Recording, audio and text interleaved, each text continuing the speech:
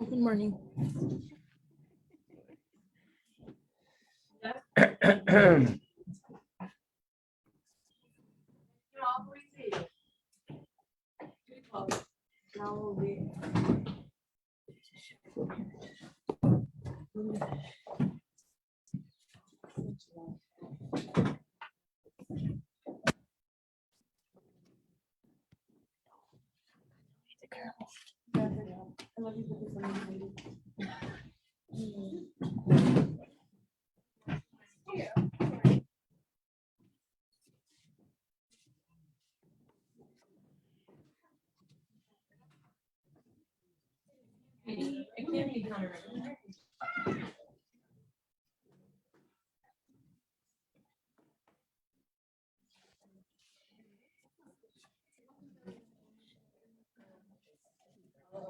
Oh, whatever that is.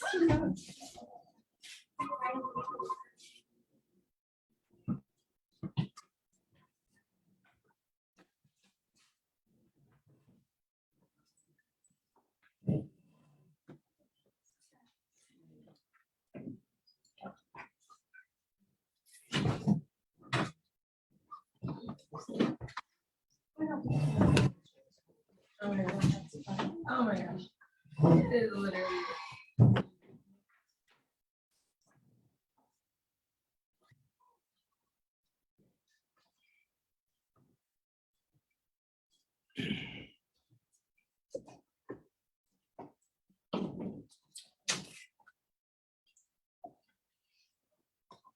Okay, we're ready. Making the sound, yeah.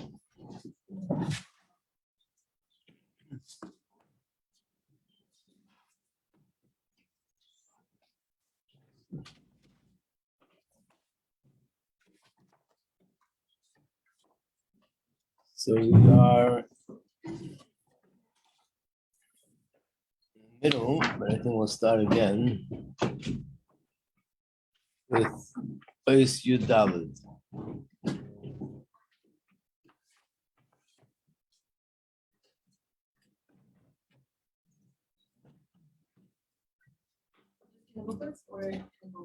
What? The book. The book. And the Sefer.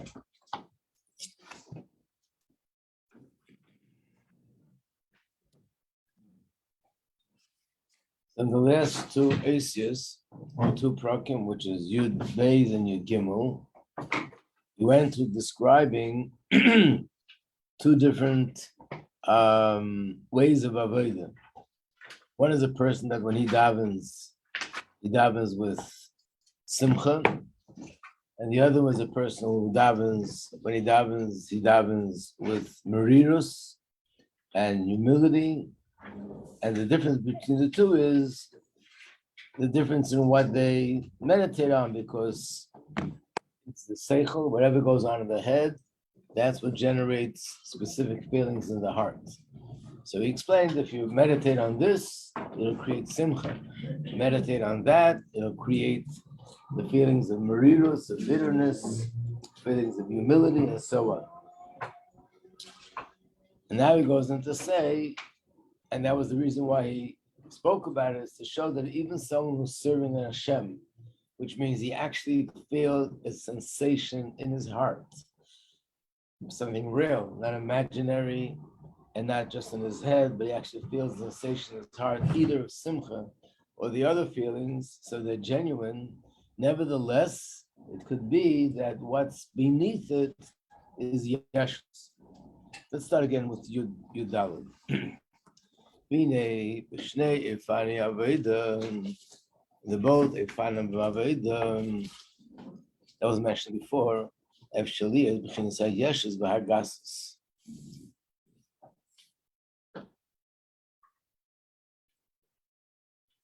It could be that what's behind it, what's deeper inside, is full of yeshus and gashus. Yeshus means, again, the feeling of self. Right? For Aleph, the first approach, Shaveda b'simcha, that's the Aveda with simcha, b'vade efshali is b'chinis yeshus. It's certainly, and it's clear. In other words, over there we can see it more easily how it's related to Yeshus. It could be related to Yeshus. Why? Shu yesh mi she'oyev. This is a quote from Tanya that even when a person has love for Hashem, it could be in a way that he feels himself. Yesh mi she'oyev. That he feels himself that he is a yesh and he loves Hashem, which means he derives pleasure from experiencing love for Hashem.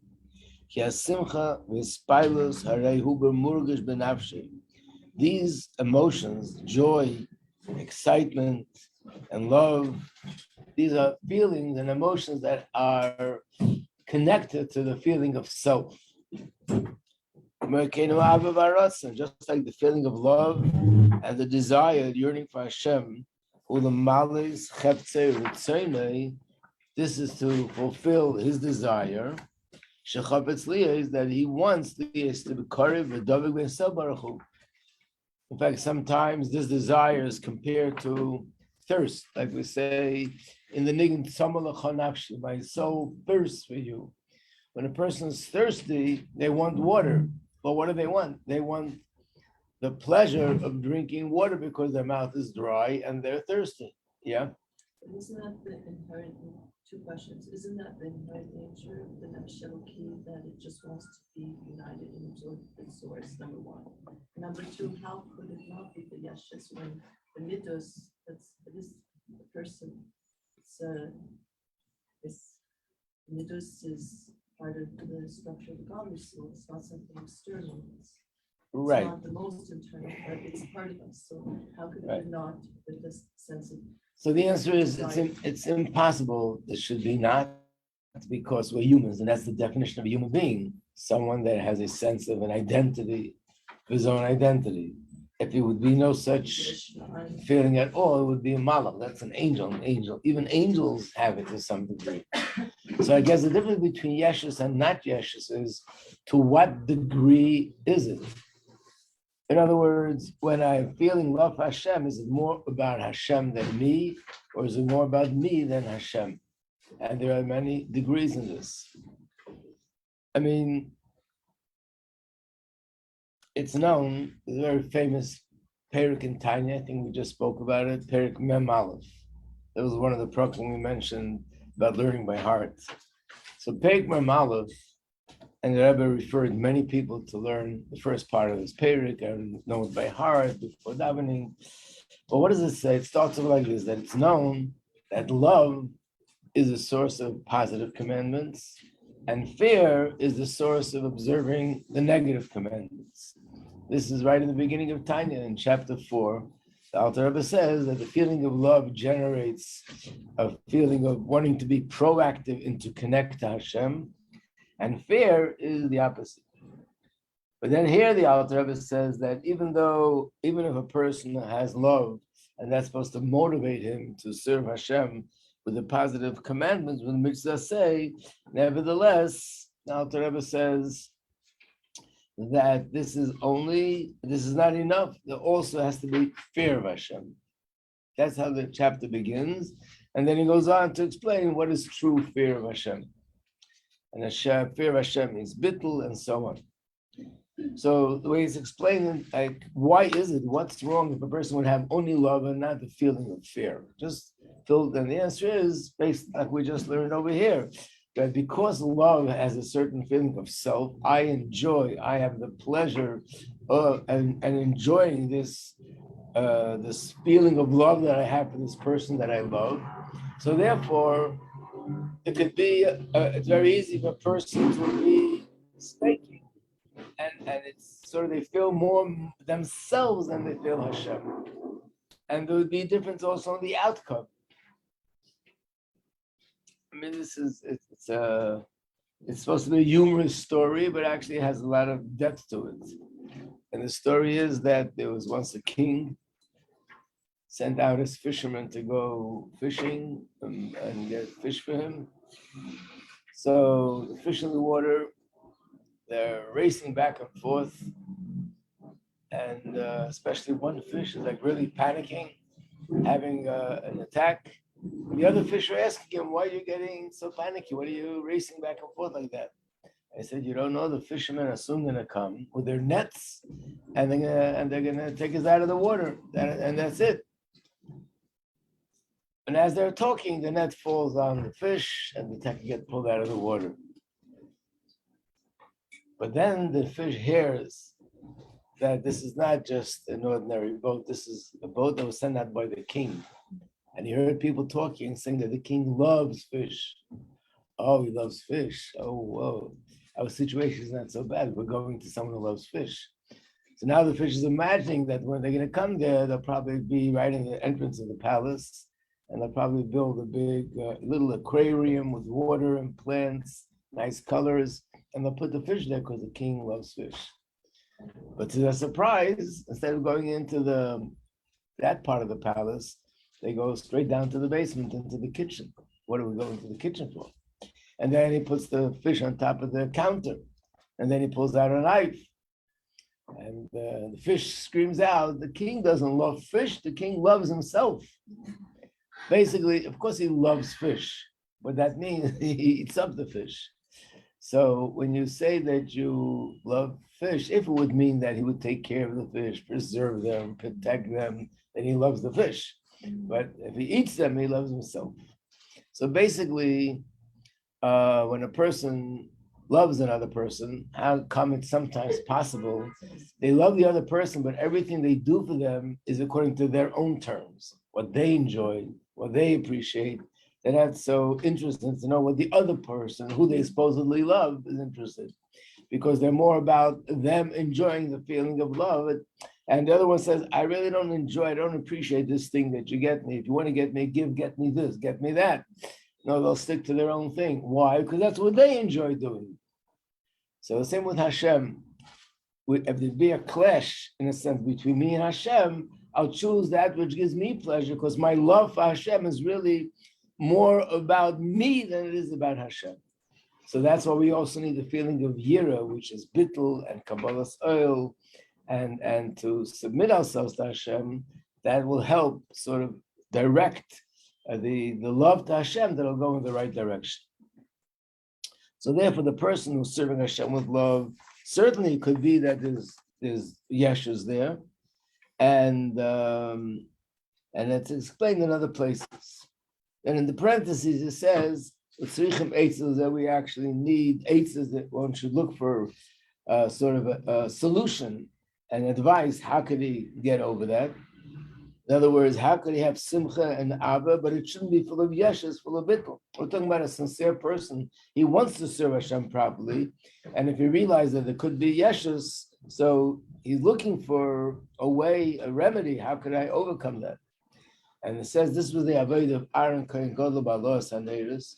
When Aaron lit the candles, spiritually, what was he doing? L'hamsheh b'chinas chochma b'midas. The candles, which are 7, represent the 7 midos: Chesed, Gvura, Teferes, Netzach, Hod, Yesod, Malchus. And the oil that he put on them, the oil represents Chochmah.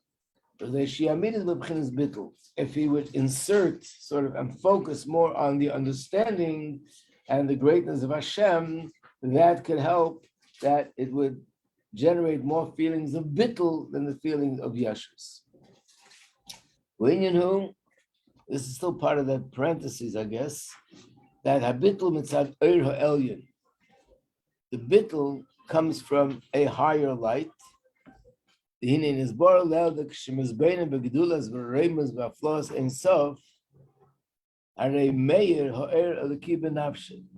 person thinks about the greatness of Hashem, there's a certain godly light that shines in his soul. And this could cause the bittul. But the person who's davening needs to be more refined and more prepared, that he should be able to feel it. In other words, when a person thinks about the greatness of Hashem, that idea that I'm having this in my head has an effect on the person, that he should feel bittul. But the person has to be able to be sort of open to receive that, which open means to be more refined. You know, there's an expression brought down often in Chassidus, that an empty vessel could receive. But if a vessel's filled with something else, you can't put anything else in there because it's already full. Which means if I'm full of self, then whatever's coming into me, I can't accept. There's no room for it. So even this, in order to feel this godly light, I have to be more refined. The hargish is a tuv tam b'remes v'aplos ein sof, that a person should feel the pleasure and the delight in that awareness of Hashem's greatness. Oz mispasha b'nashu b'chinas simcha dveikus ava k'niska le'el. There's a story, actually one of the chassidim of the Alter Rebbe, was a very big chassid, and he once had a farbrengen, and he said l'chaim, he was a little bit on a high, and on his way home he passed by the home of a chassid, another person who was the wealthiest person in the whole city, or maybe beyond the city, very wealthy. And he knocked on his door, and he said, saying the word Ein Sof one time is worth more than all the wealth that you had.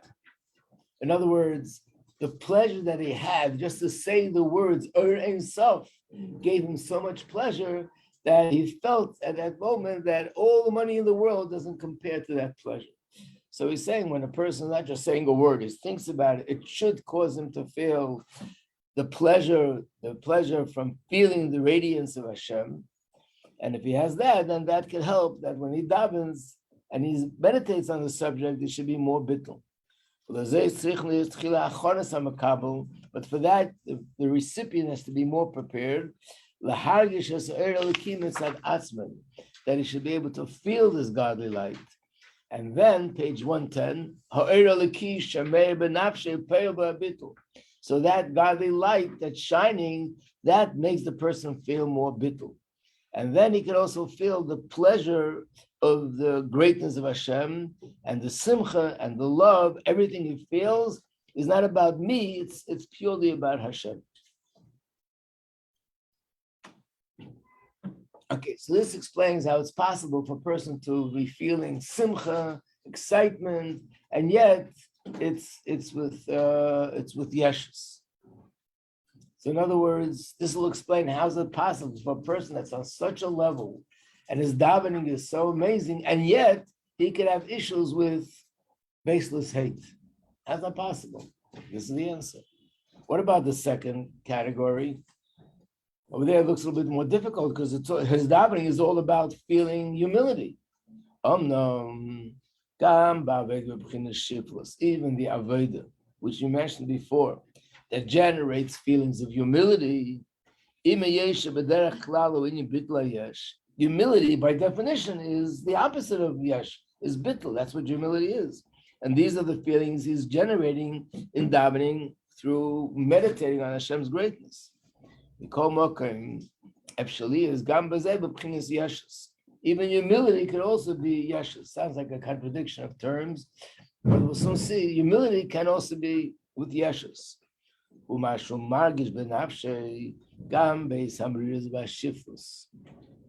Again, that he's feeling the feelings of humility towards Hashem, but he's also feeling the feeling that I have that humility.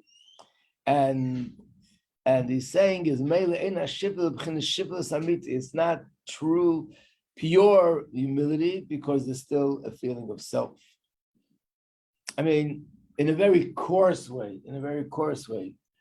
they tell the story that there was two students who were talking about their teacher, how great he is. He was in his room, and they were outside his room talking in the hallway. And one says, I think that he's the most outstanding in his depth of understanding Torah. No one compares to him.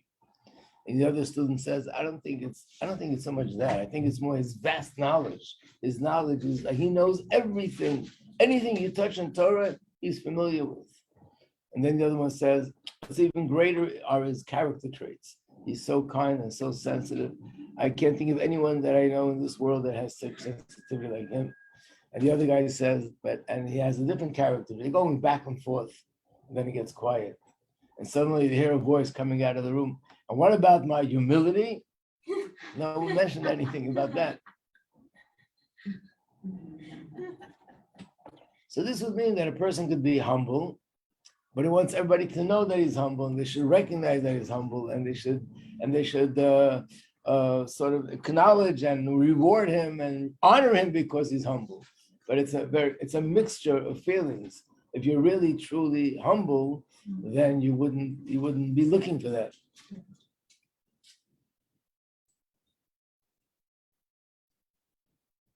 So it really is pointing out two things. What I just mentioned to you, that's going to be a little bit later, that even though he's humble, but he's sort of getting the feeling of yeshus from being humble. That's making him, again, more self-conscious, and that's inflating his ego. But first he's saying that the yeshus, it's the bittul itself is not true bittul. It doesn't call him to feel that he's truly bottle, absolutely nothing, sort of losing himself completely.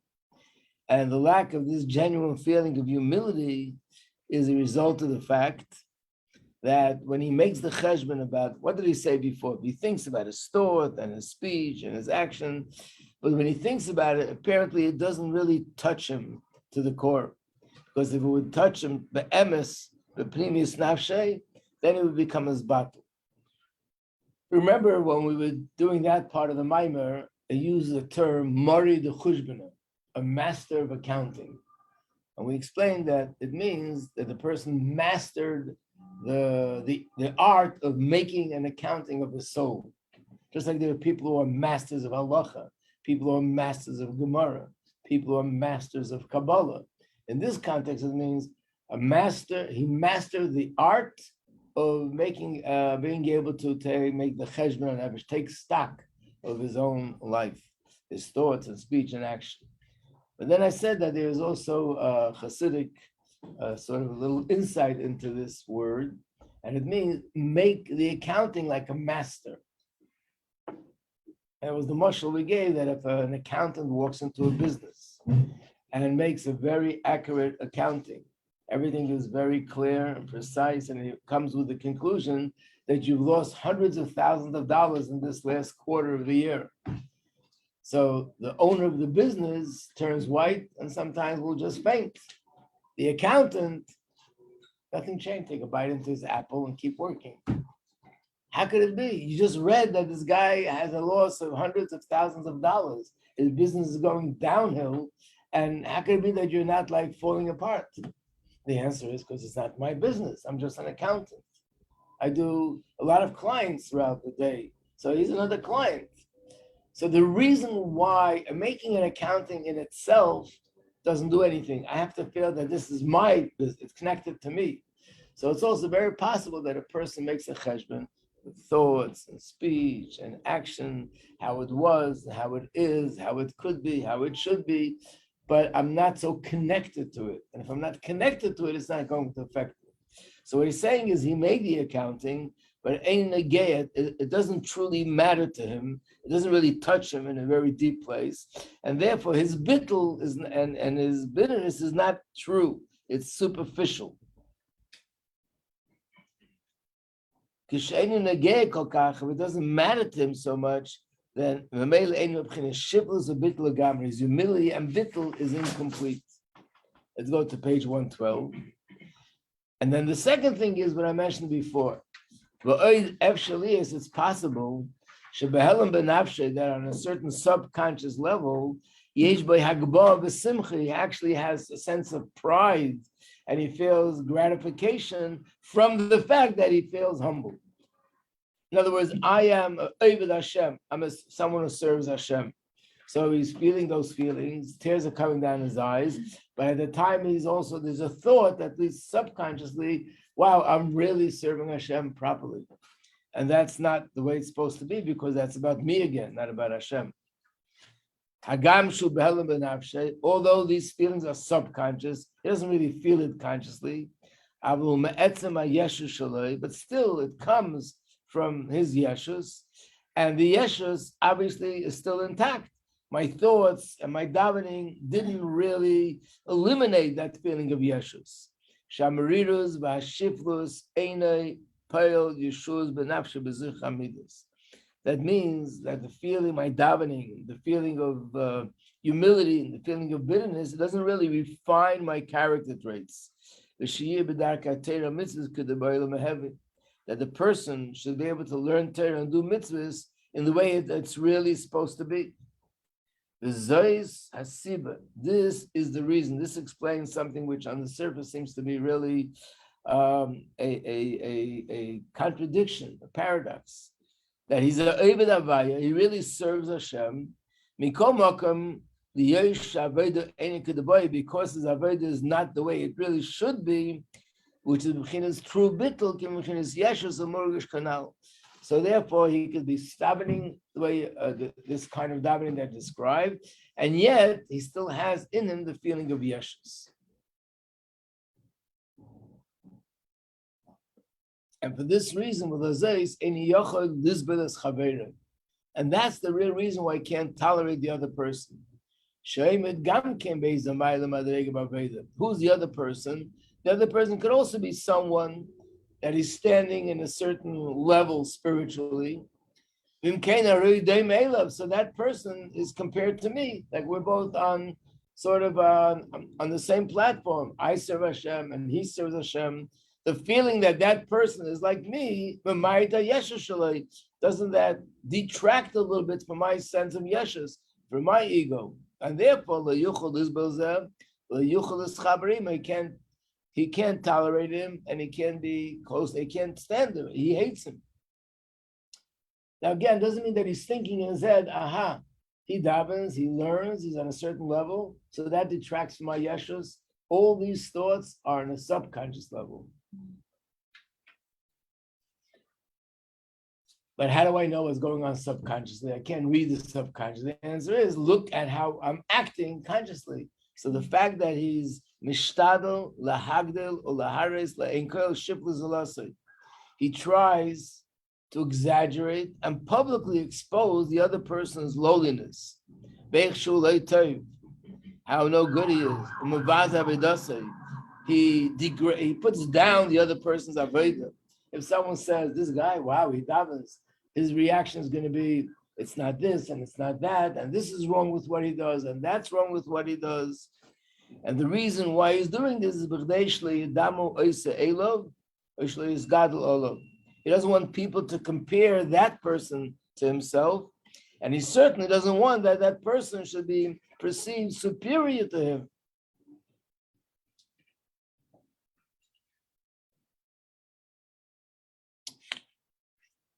So it sounds like a very ugly feeling, and yet this is a person who davens. So it means you could learn and you can daven, and it doesn't necessarily eliminate the yeshus. So I have to be very careful looking at the way I act. And one of the areas which is sort of the main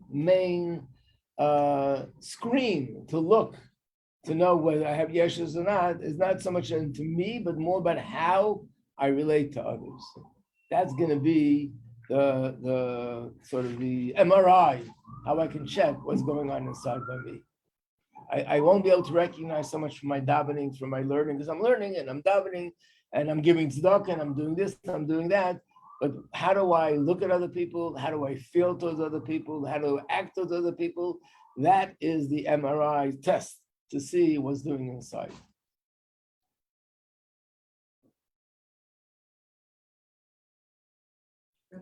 Yeah. What would be like an example of interact with other people? How would like MRI? So this is one of the examples, like when people talk about someone and say how special they are, something in me is uncomfortable. If it's to the extent that not only is it uncomfortable, actually verbalize and say, don't think that they're so great. Listen, I can't say everything that I know, but they're not so special. If I talk like that, what could cause me to talk that way? This is yeshus. Because again, we learned before that really the way a chassid should be is actually, even if somebody is full from the top to the bottom with negative things, I should look and find the good. You know, it's interesting. Someone once pointed out, and it's a very true observation, that there are a lot of things that have been said about what the Rebbe did, and here or there, And when you look at the big picture, you see it's unbelievable how the Rebbe had people that were doing things underground in Russia. He had people in the government in Argentina, in any part of the world that were doing this or doing that, all different kinds of people. Besides Shluchim and Sidim who did things, there were connections. The Rebbe had a connection to so many people. Now, some of the people you look at, you say to yourself, how could the Rebbe use this person for this or that? Look, he doesn't keep Shabbos, he doesn't keep kosher, he looks this way, he does that. And by the Rebbe, it was just the opposite. No matter who the person was, the Rebbe had a different kind of MRI. I think I once told you that I once did an MRI, and the guy tells me, make sure you don't have this or that, if you have anything metal in your body. This machine is unbelievable. It searches and finds even the smallest little thing that's tiny, that's no good, it's gonna pick it up. And I'm thinking about, there must be people like that also. They're like this kind of MRI, they search and they find the smallest little thing that's negative and they hang on to it. And the Rebbe is the exact opposite. No matter what he saw, even if it was black, he found whatever little dot that could be that's good, and he found a way of taking that and taking advantage of that and developing that.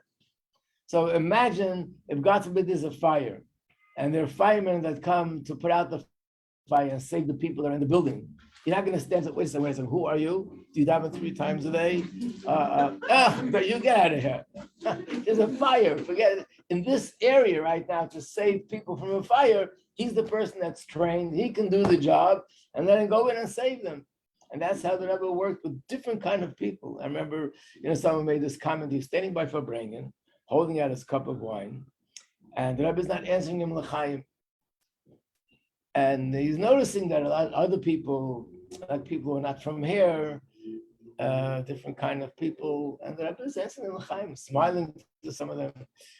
And he says, okay, next time I'm going to come to Fabrengen with a big white hat, a white jacket, and white pants. I'm sure the Rebbe is going to say l'chaim to me.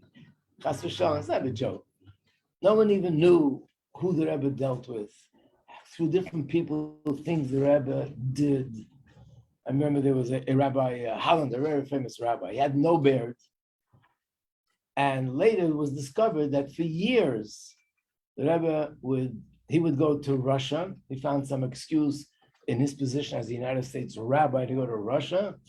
And because he went to Russia, the Rebbe gave him messages to give over to Chassidim there, found a way that through him to smuggle in Sidurim and other things, or women who went to Russia because of business. They were allowed to go to Russia because of business, but the Rebbe would find a way to connect to them and give them a shlichus. And it didn't matter who the person in this area, they are the people that can carry through this kin shlichus, which means everybody, that's the way we're supposed to be. That even if a person has a lot of negativity, we should be searching what's the good in this person, and let's bring that out. And maybe this good will eventually spread to everything else. Here is the opposite. The words that he uses there, he looks at the other person's negativity, and he makes an effort to exaggerate it, to make it bigger, point it out to others. So I guess that's one of the ways that we can see that it's yeshus.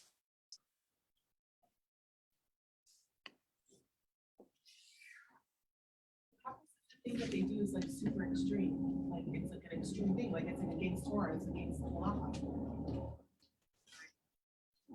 Right. But the main thing is that even if they do this, they do that, if there's any kind of feeling of hate, it's towards the clip and not towards, shouldn't be towards the person. The proof is like this. What if there's someone that I really love, my own child, and he's not the way it should be? And someone would say, I hate this kid because of that, it would hurt. And you say, what do you hate him for? Listen, you have to know what happened when he was a kid. He went through this, he went through that, they had a hard time. And all we have to do is just find the way how we could get to him, but I'm sure he has a good in him also. When he was young, he was really an amazing kid. Suddenly you see things differently. Why? Because it's somebody that you love. So even though you see all the negativity, but you still love that person. And not only that, you'll make an effort to try to turn things around. With another person, you don't have those feelings.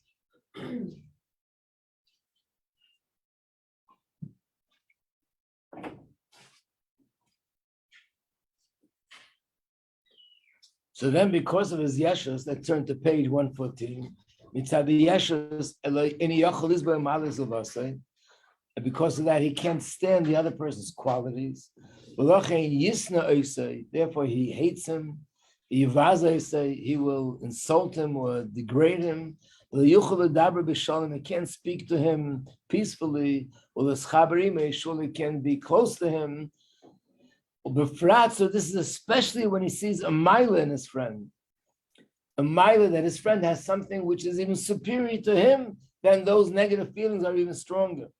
If he sees the other person as a yisrim b'seichel, he's superior to him intellectually, or as a zahirus capricious yusera, he sees that he has an extra measure of cautiousness when it comes to not doing an aveira, as a taira, a certain extra measure of purity. Yichais, he gets angry. The yiktsev becomes furious. Why? He'll say that what he's doing is to show off. He's doing it for this. He'll find all sorts of explanations, not to give any credit to this extra mile that the guy is going in either in a mitzvah say, mitzvah leisa. Why is he so into knocking it and putting it down? Because that person is better than me in this area. So I want to knock him down, that I shouldn't feel that feeling that I'm inferior.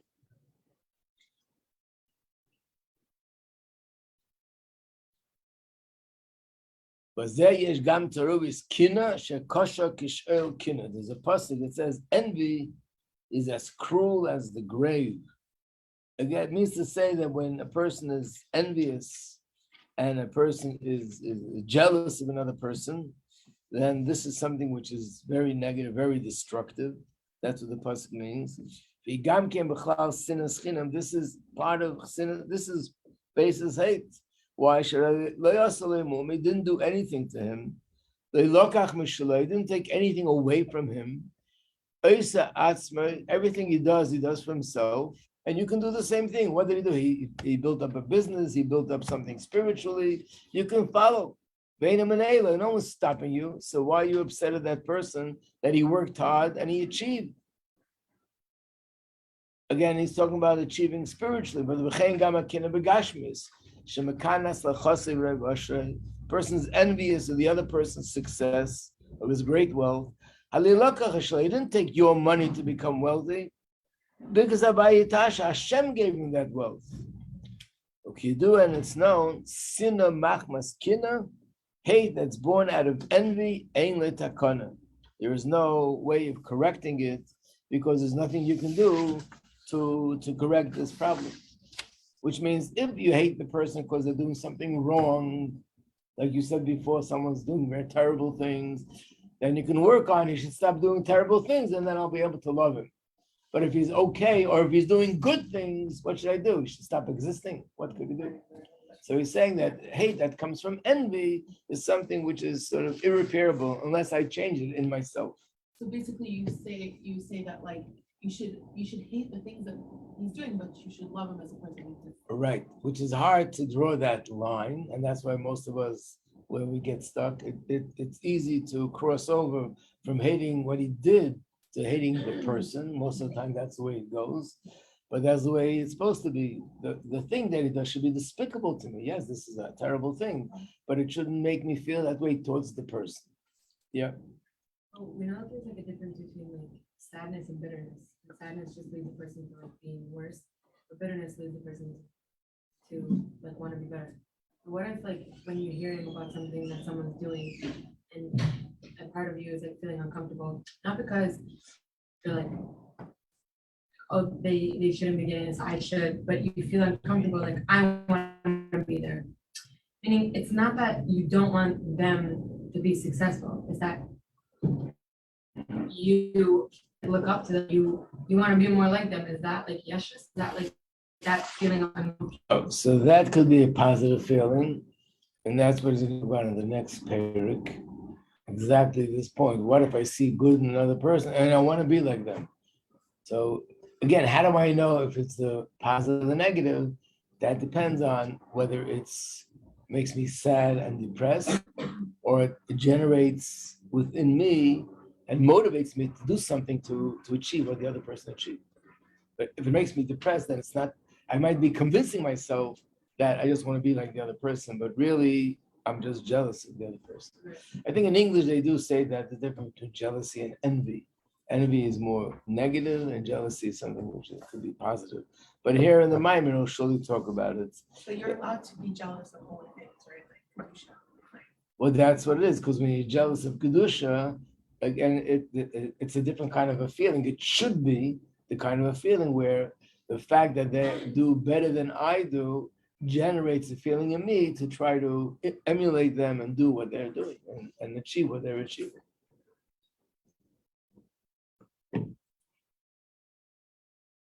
See, right now we're talking about Yeshus, but if we would see a person that is this way, we shouldn't be hating the person, we should be hating the Yeshus. Like we're talking about the attribute, not about the person. And someone pointed out also when the Rebbe would speak with Fabrengen about things going on in the world, in Israel, where people were selling the country for and I would say that in those days, 3 million people are being put into danger because you want to hold on to your seat.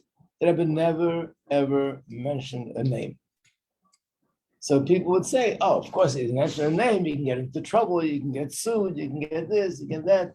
The Rebbe was talking about Torah, it's not Chas v'Shalom politics, but he never mentioned a name for another reason, because it's not about the name, it's not about the person, it's about the inyan. Inyan is positive or the inyan is negative. Makes no difference who's doing it. Even if it's the guy that has the best name in the world, if he would do this very same thing, it would be wrong.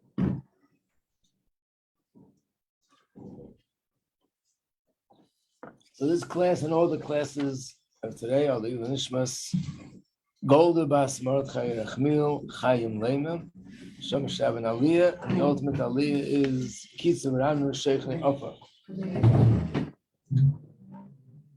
Very welcome.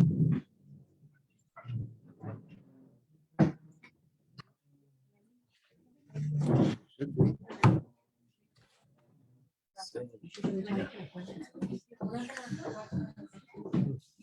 Is it urgent? Because today's a busy day.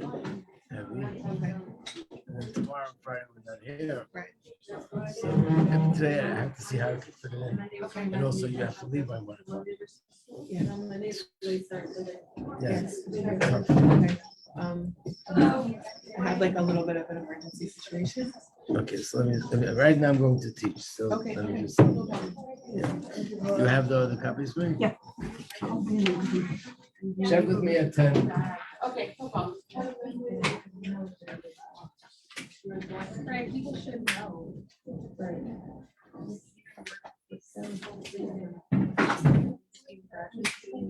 What is this? AirPods? Or is it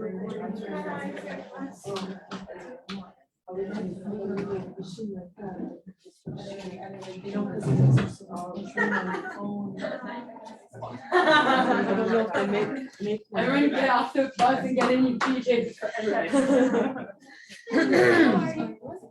Stop recording. Might find out. All right.